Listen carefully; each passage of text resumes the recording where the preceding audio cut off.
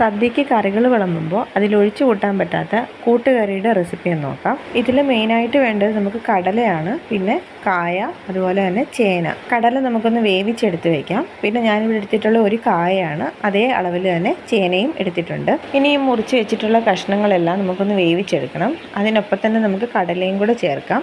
ഈ കടല വേവിക്കാനായിട്ട് എടുത്ത വെള്ളം തന്നെ ഇത് വേവിക്കാനായിട്ട് എടുത്തു കഴിഞ്ഞാൽ ഒന്നും കൂടെ നല്ലതാണ്. വെള്ളം കുറവാണെങ്കിൽ നമുക്ക് കുറച്ചും കൂടെ ആഡ് ചെയ്ത് കൊടുക്കാം. ഇനി ഇതിലേക്ക് അല്പം മഞ്ഞൾപ്പൊടിയും അല്പം മുളക് പൊടിയും ആവശ്യത്തിന് ഉപ്പും കൂടെ ചേർത്തിട്ട് നമുക്കൊന്ന് അടച്ചു വെച്ച് വേവിച്ചെടുക്കാം. ഇനി ഇതൊന്ന് വെന്ത് വരുമ്പോഴേക്ക് നമുക്ക് അല്പം തേങ്ങയ്ക്കകത്തിലേക്ക് ഒരല്പം ജീരകം ചേർത്തിട്ട് ഒന്ന് ഒതുക്കിയെടുക്കാം. ഒരുപാട് അരയണ്ട, ഒന്ന് ഒതുക്കിയെടുക്കാം. ഇനി ഇത് വെന്ത് വരുമ്പോഴേക്ക് അതിനുള്ളിലേക്ക് നമുക്കിതും കൂടെ ആഡ് ചെയ്ത് കൊടുക്കാം.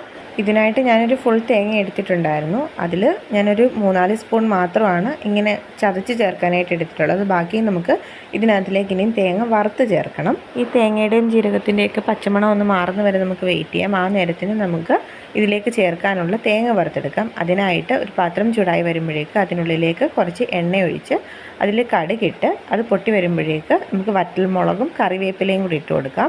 എന്നിട്ട് നമുക്ക് അതിനുള്ളിലേക്ക് ബാക്കി തേങ്ങയും കൂടെ ചേർത്തിട്ട് വറുത്തെടുക്കാം. ഇനി ഈ തേങ്ങ ചേർത്ത് അതൊന്ന് മൂത്ത് വരുമ്പോഴേക്ക് നമുക്ക് അതിനുള്ളിലേക്ക് അല്പം കുരുമുളകും കൂടി ആഡ് ചെയ്ത് കൊടുക്കാം. ഇനി നമുക്ക് എരിവിനായിട്ട് ഇതിനകത്ത് നമ്മൾ മെയിനായിട്ട് ചേർക്കുന്നത് കുരുമുളകാണ്. വേണമെന്നുണ്ടെങ്കിൽ നമുക്ക് ആ കഷ്ണം വേവിക്കുന്ന കൂട്ടത്തിൽ പച്ചമുളക് ആഡ് ചെയ്ത് കൊടുക്കണം എന്നുള്ളവർക്ക് അതും കൂടി ആഡ് ചെയ്ത് കൊടുക്കാം. തേങ്ങ ഒരു ലൈറ്റ് ബ്രൗൺ കളറൊക്കെ ആയി വരുമ്പോഴേക്ക് നമുക്ക് അതിനുള്ളിലേക്ക് നമുക്ക് ആവശ്യത്തിന് എരിക്കുള്ള കുരുമുളക് പൊടിയും കൂടി ആഡ് ചെയ്ത് കൊടുക്കാം. ഇനി ഈ കുരുമുളകിൻ്റെയൊക്കെ എരി ഒന്ന് ബാലൻസ് ചെയ്യാനായിട്ട് നമുക്കിതിനുള്ളിലേക്ക് അല്പം ശർക്കര കൂടി ആഡ് ചെയ്ത് കൊടുക്കണം. അതൊന്നുകിൽ നമുക്ക് ഡയറക്റ്റ് ശർക്കര മണ്ണും അഴുക്കൊന്നും ഇല്ലാത്തതാണെന്ന് ഉറപ്പുണ്ടെങ്കിൽ നമുക്ക് ശർക്കര ചീക്കി ഇട്ട് കൊടുക്കാം. അതല്ല എന്നുണ്ടെങ്കിൽ നമുക്ക് പാനിയാക്കിയിട്ട് അതൊഴിച്ചു കൊടുക്കാം അരിച്ചിട്ട്. ഇനി നമ്മൾ ഈ വറുത്ത തേങ്ങ നേരത്തെ നമ്മൾ ആ വേവിച്ച് വെച്ചിട്ടുള്ള കൂട്ടിനകത്തിലേക്ക് നന്നായിട്ട് മിക്സ് ചെയ്ത് കൊടുക്കണം. നന്നായിട്ട് ഈ ഒരു കൂട്ടിനകത്ത് നന്നായിട്ട് പുരണ്ട് കിടക്കണം. അതിനകത്തിൽ നമുക്ക് ബാക്കി വെള്ളമൊക്കെ വരുന്നുണ്ടെങ്കിൽ ഇതുപോലെ നമുക്ക് നന്നായിട്ട് വെള്ളമൊക്കെ വറ്റിച്ച് നന്നായിട്ടൊന്ന് ചൂടാക്കി എടുക്കാം. ഇനി നമുക്കിതിനുള്ളിലേക്ക് നേരത്തെ പറഞ്ഞതുപോലെ ശർക്കര ആഡ് ചെയ്ത് കൊടുക്കുന്നത് കുറച്ച് മുമ്പേ ആണെങ്കിൽ നമുക്ക് ആഡ് ചെയ്ത് കൊടുക്കാം. ഞാനിത് ലാസ്റ്റിൽ ആഡ് ചെയ്ത് കൊടുക്കുന്നു എന്നുള്ളതേ ഉള്ളൂ. ഇത് നന്നായിട്ട് നമുക്ക് ഇതിൻ്റെ കൂട്ടത്തിൽ അരിഞ്ഞ് ചേർന്ന് കിട്ടണം.